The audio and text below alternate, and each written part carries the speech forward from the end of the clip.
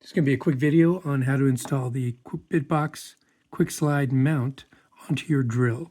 Now your mount might not look like this. They all look different because all kinds of drills are different. So we have to create different slide mounts for different drills.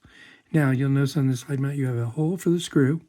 If you look on the back, this is going to tell you it is a right mount, and it's going to have this little tab. Some of them have tabs, some of them do not. And this tab usually goes in the hole that's above the mount that's on your drill.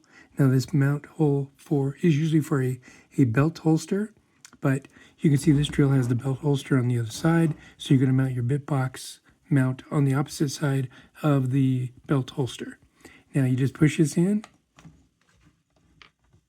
Make sure that tab goes in the holes. Take your screw, put it on your screwdriver, put it in the hole, screw it tight, and you're done. BITBOX!